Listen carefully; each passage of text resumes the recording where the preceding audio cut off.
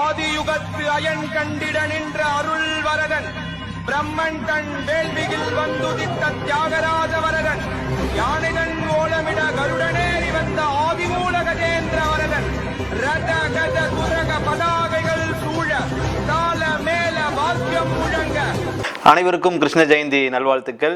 ஏன்னா நம்மை ஆளுகின்ற கழக அரசு, கழகம்னு சொன்னாலே அது திராவிட முன்னேற்ற கழகமா இருக்கலாம், இல்ல அண்ணா திராவிட முன்னேற்ற கழகமா இருக்கலாம். முதல்ல எல்லாம் பாத்தீங்கன்னா முந்தைய காலத்துல நாரதர் கழகம் நன்மையில் முடியும். ஆனா நம்மை ஆளுகின்ற இந்த திராவிட முன்னேற்ற கழகத்தின் அரசால் இந்துக்களுக்கு எதிராக தான் முடியும். ஏன்னா இவர்கள் வந்து எந்த ஒரு இந்துக்கள் பண்டிகைகளுக்குமே வாழ்த்து சொல்ல மாட்டாங்க. குறிப்பா இப்ப பாருங்க, இன்னைக்கு இன்றைய தினம் வந்து கோகுலாஷ்டமி, இதுக்கு கூட வாழ்த்துக்கள் சொல்ல மாட்டாங்க.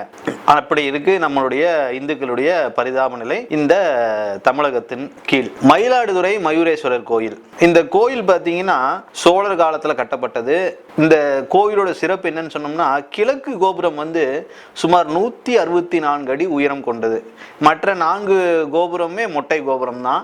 இது வந்து தேவார பாடல் பெற்ற திருத்தலம். உங்களுக்கு தெரியும், சிவனுடைய முக்கிய திருத்தலங்களில் இதுவும் ஒன்று, மிக முக்கியமானது. அப்பேற்பட்ட திருக்கோயிலானது மிகவும் பாரம்பரியமானது. இந்த கோயிலோட சிறப்பு என்னன்னு பார்த்தோம்னா, அங்க இருக்கக்கூடிய மயூரநாத ஈஸ்வரரை கோயில் சப்பரத்தில் வைத்து வீதி உலா கொண்டு வர்றது அந்த கோயில் இருக்கக்கூடிய மிக விசேஷமான ஒரு சடங்கு. அப்போ நம்ம திராவிட கழகத்தை சார்ந்த தங்கை மதிவதனி பேசிட்டு இருக்காங்க. அந்த உலா போயிட்டு இருக்கும் பொழுது நம்ம அதை பகிர விரும்பலை. அவ்வளவு கொச்சையா, இதுதான் வந்து ஏற்றத்தாழ்வு, ஆண்டவனை இவன் சுமக்கிறான், இவனை இவன் சுமக்கிறான் அப்படின்னு சொல்லி ஒரு ஏற்றத்தாழ்வை குறிக்கும் விதமாகவும் இறைவனை கொச்சைப்படுத்தும் விதமாகவும் அந்த தங்கை மதிவதனி பேசுகிறாங்க. அங்கே ஒரு சட்டத்தின் பால் ஈர்க்கப்பட்ட, சட்டத்திற்கு கட்டுப்பட்ட ஒரு எஸ்எஸ்ஐ அவர்கள் அங்கே போய் மதிவதனிட்ட சொல்கிறாங்க, ஏம்மா அந்த கோயில் வீதி உலா போயிட்டு இருக்கு, தயவு செய்து உங்களுடைய சொற்பொழிவை ஒரு 5 நிமிஷம் நிறுத்திடுங்க. ஏன்னா கோயில் நம்பிக்கை போயிட்டு இருக்காங்க, நீங்க அந்த நம்பிக்கை இல்லாதவங்க, உங்களுக்கு நம்பிக்கை இல்லைனாலும் பரவாயில்ல, தயவு செய்து ஒரு 5 நிமிஷம் பேசாதீங்கன்ட்டு உடனே அங்க இருக்கக்கூடிய திமுக தொண்டர்களா இல்ல குண்டர்களா இல்ல பாக்ஸர்களா இன்னும் தெரியல, அங்க இருக்கக்கூடிய திமுக காரங்க எல்லாரும் வந்து அந்த எஸ்எஸ்ஐயை அடிக்க முற்படுறாங்க. இந்த வீடியோ வந்து ஒரு நேத்துல இருந்து ரொம்ப வைரலா போயிட்டு இருக்கு. இந்த வீடியோ வைரல் ஆகலன்னு வைங்க, இப்பேற்பட்ட சம்பவம் நடந்திருக்கிறது ஒவ்வொரு இந்துக்களுக்குமே தெரியாமையே போயிருந்திருக்கும். இந்த சட்டம் ஒழுங்கை பின்பற்றக்கூடிய அங்க இருக்கக்கூடிய காவல்துறை அப்படியே மூடி மறைச்சிருப்பாங்க. நான் என்ன கேட்கிறேன், தங்கை மதிவதனி அவங்க கிட்ட நீங்க பேசுங்க, மேடை நாகரிகம் கொஞ்சமாவது வேண்டாமா? அந்த கோயிலுடைய பாரம்பரியம் என்ன, யாரால் கட்டப்பட்டது, அந்த கோயிலுடைய வயது என்ன, அந்த கோயிலை விமர்சிக்க உனக்கு தகுதி இருக்கா? உனக்கு மேடை நாகரிகத்தை பற்றி யாரும் சொல்லி கொடுக்கலங்கிறது இதுலேருந்தே தெரியுது. நீ என்ன பண்ணியிருக்கலாம், அந்த கோயில் போகும்போது அந்த கோயிலை பற்றி பேசாமல் நீ வேற ஒரு பேச்செடுத்து அந்த டாப்பிக்கை நீ கொண்டு போயிட்டு அந்த கோயிலில் இருக்கக்கூடிய நம்பிக்கையாளர்கள் அந்த கோயில் உலா சென்றதுக்கு அப்புறம் கூட பேசியிருக்கலாம். அங்கே யாருடைய மனதும் புண்பட்டிருக்காது. என்ன பண்ணுறது, இந்த இந்துக்களுடைய நிலைமை இப்படித்தான் இருக்குது. கந்த சஷ்டி பற்றி கவசத்தை பற்றி பேசுவாங்க, நாம் வெக்கம் சூடு சொரணம் இல்லாமல் கேட்டே தான் இருப்போம். ஆராசா வந்து சனாதனத்தை விமர்சிப்பார். அதே போல் அண்ணன் உதயநிதி ஸ்டாலின் சனாதன தர்மத்தை ஒழிப்பு மாநாடு நடத்துவார், நாம் கேட்டே தான் இருப்போம். அந்த மாநாட்டுக்கே போய் முன்னிலை வைப்பார் யார், நம்ம ஹெச்ஆர்என்சி மினிஸ்டர் ஐயா சேகர் பாபு அவர்கள். இப்பேற்பட்ட அவல நிலை தான் இந்துக்களுடைய நிலைமை இருக்குது. இங்கே பார்த்தீங்கன்னா இன்னைக்கு பெரும்பான்மை சமூகம் சொல்லி இந்துக்களை நம்ம சொல்கிறோம். ஆனால் இந்துக்கள் தான் இங்கே இழிவுபடுத்தவே படுறாங்க. கூம்பு வடிவமாக இருப்பது, அங்கே அசிங்கமான பொம்மைகள் நிறைம்பது இருப்பதுன்னு சொல்கிறாரு ஒருத்தர். அவரை நாம் எம்பி ஆக்கி அழகு பார்ப்போம்.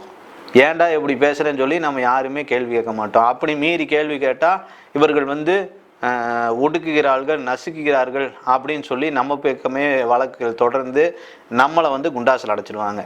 அப்புறம் அட்டை கொடுத்துருவாங்க. நம்ம உள்ளே போய் அச்சு சோறு, அவுன்ஸ் குழம்பு, பிசிபி சாப்பாடு, எப்போ யார் மனுக்கு வருவான்னு நம்ம ஏங்கிட்டு காத்துட்டே இருக்கணும். அந்த நிலைமை தான் ஒவ்வொரு இந்துக்களுக்கும், இந்து போராளிகளுக்கும். ஆனால் பாருங்கள், இந்த பிள்ளைக்கெல்லாம் பாருங்கள், சட்டம் அவ்வளோ ஒரு சலுகை செஞ்சு தருது. இதே நாம் பேசியிருந்தோன்னு வைங்க, ஒரு மாற்று மதத்தில் இருக்கக்கூடிய போனாங்கன்னா என்ன போடலாம், ஒரு 295/A போடலாமா, மதங்களை தூண்டும் மதம்னு சொல்லி அப்படி யோசிச்சிருப்பாங்க. இல்லை 298 இல்லை அரசு அதிகாரிகள் காவல் அதிகாரிகளை வந்து வேலை செய்ய விடக்காம மறிச்சிட்டாங்க. அதனால் அதுக்கு ஒரு சட்டம் போட்டு மொத்தமாக குண்டாஸ் அடிச்சிடுவாங்க.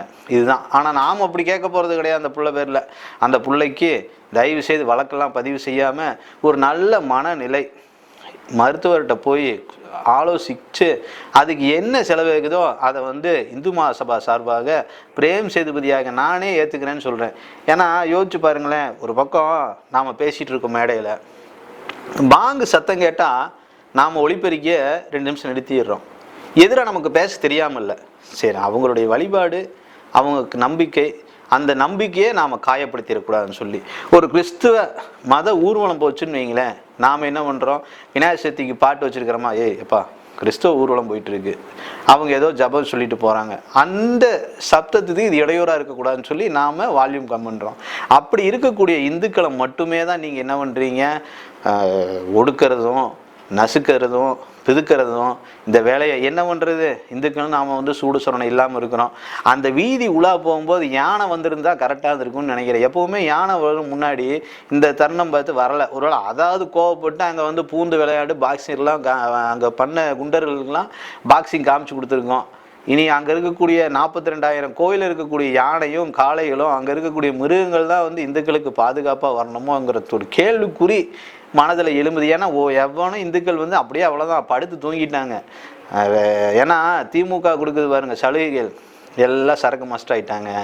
காலையில் ஆச்சுன்னா வேலைப்பழு அப்படின்னு காரணத்தை காமிச்சு சாயந்தரம் ஆச்சுன்னா குடிக்க போயிடுறாங்க.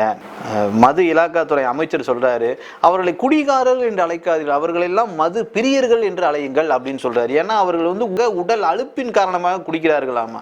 என்னடா இது குடிக்கிறதுக்கெல்லாம் ஒரு சயின்ஸு டெக்னாலஜி வச்சு எப்படியெல்லாம் நம்மளை வந்து மூளை செலவு செய்கிறாங்க பாருங்கள்.